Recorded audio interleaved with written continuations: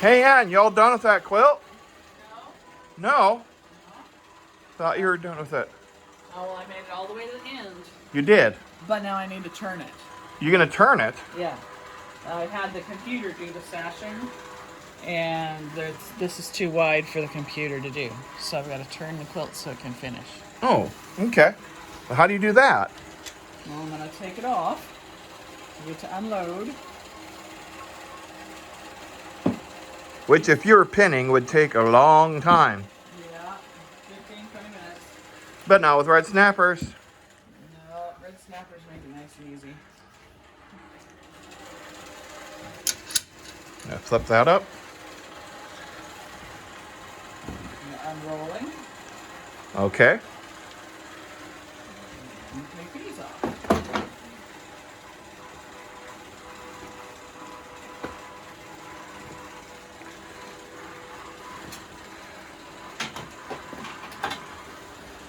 And then I'm going to turn the quilt. You're gonna turn the quilt. All right.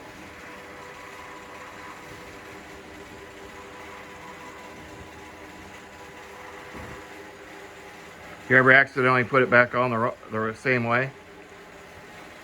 No, I don't think I have. Okay. That's some pretty awesome quilting you've been doing in there. Thank you. Look at that.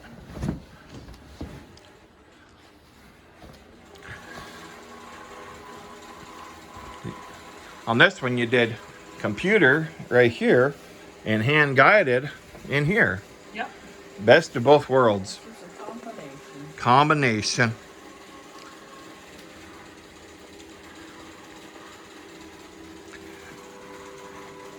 Time to load it back up. Yep.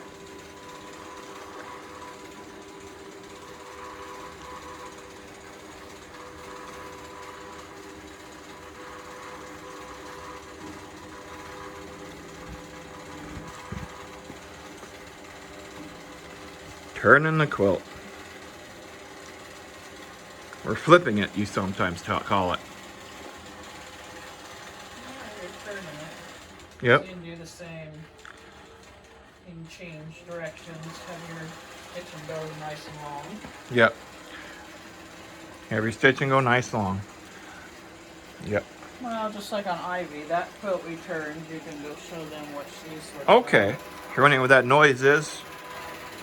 That's Ivy. So this is the second quilt you've turned today then. Ivy is doing wonderful straight lines. See, she had it this way. Then she turned it so she can go this way with it now. And Ivy's just been plugging away a lot of the day on that.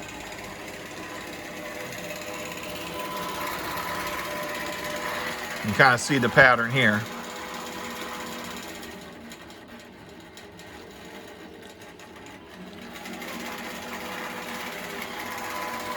Let's go back over here and see what she's doing.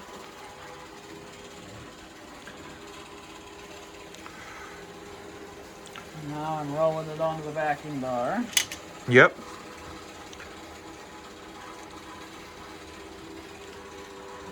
And smoothing it out each time you roll.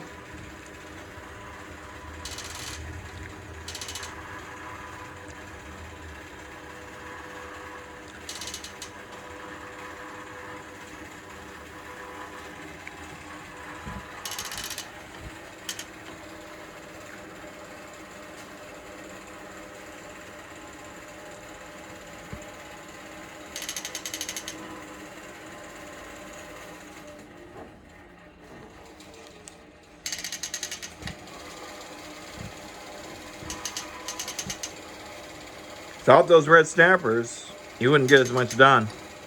That is very true. And you'd probably bleed a lot more. Yeah, I gave up on pinning a long time ago. Yep. Takes too long and hurts the fingers. Yep. Some folks like doing it, but not Ann.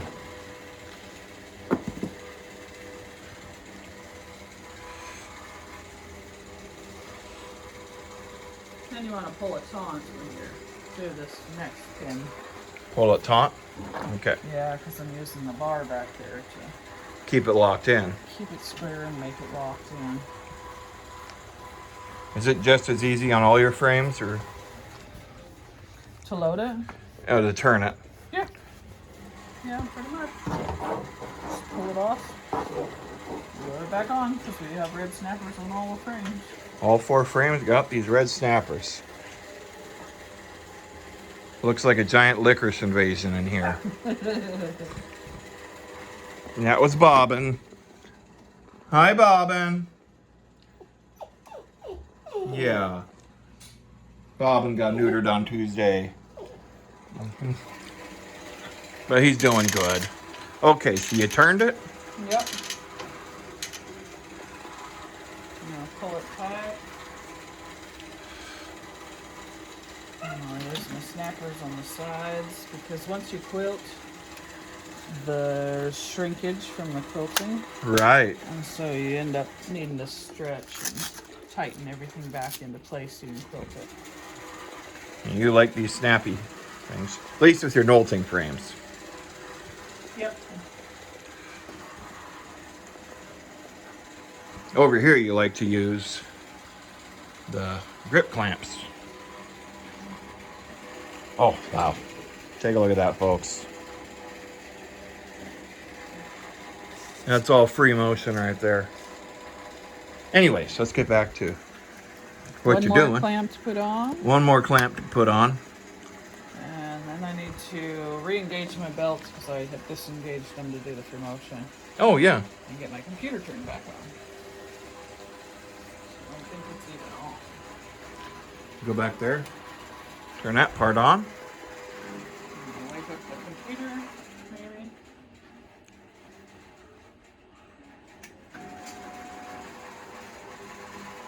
There it goes. Tighten the belt. You tighten the belt over there already? Okay. Yeah, I gotta go tighten that one. Get that woke up. Each system's a little different. On this one, the belts are always kind of on. You just loosen and tighten them. Yeah. Kind of the older way of doing stuff. On this system, you disengage the belts from a clip here and this. And over here on this system, just to show you, this one has 3 belts because Innovas are heavy duty stuff. You undo this clamp and then you undo that one, and that loosens and basically completely uninstalls the belt, just like the Gamel does. Now this is turning on and you're going through, and now what are you doing? Well, I clipped a couple threads, string threads. Now she's pulling up the computer tablet. Quilter's Creative Studio software. Sweet. Sweet. Oh, sweet. Creative Studio is in Gamel. Oh, yeah. Sorry, Gus.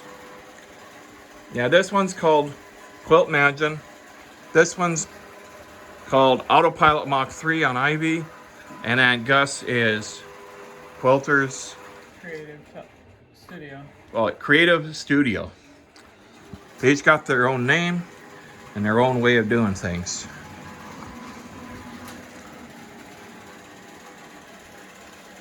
Now you're telling it the zone. Yep. You know it's top and bottom.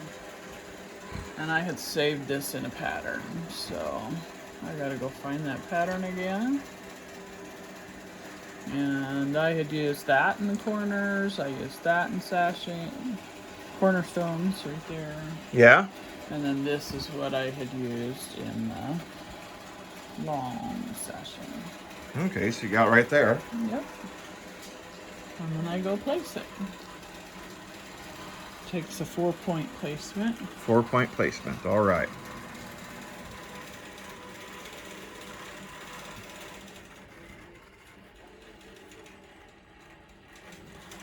And then this I had set in a 1/16 of an inch. And then I tell it to quilt it. And I'm using fabric compensation because these are long borders.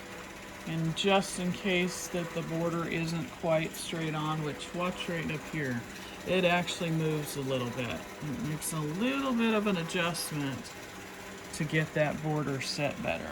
So I'm gonna go to the next section. We're gonna do that line and just making it fit that location where I want it, that area. So now it's ready to sew. And I'm gonna have to pull the bobbin, which means it's gonna move to its location. I take an automatic stitch because that's easier for me to do than use theirs. And then I say sew.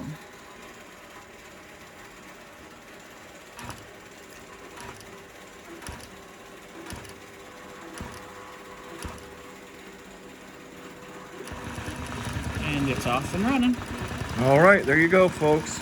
In under 11 minutes, you took a quilt off, turned it, put it on, got the machine turned on, and got the robot going. But she's been using this system for, well, a long time, about 9 years. So, have a great day, everybody. Bye-bye.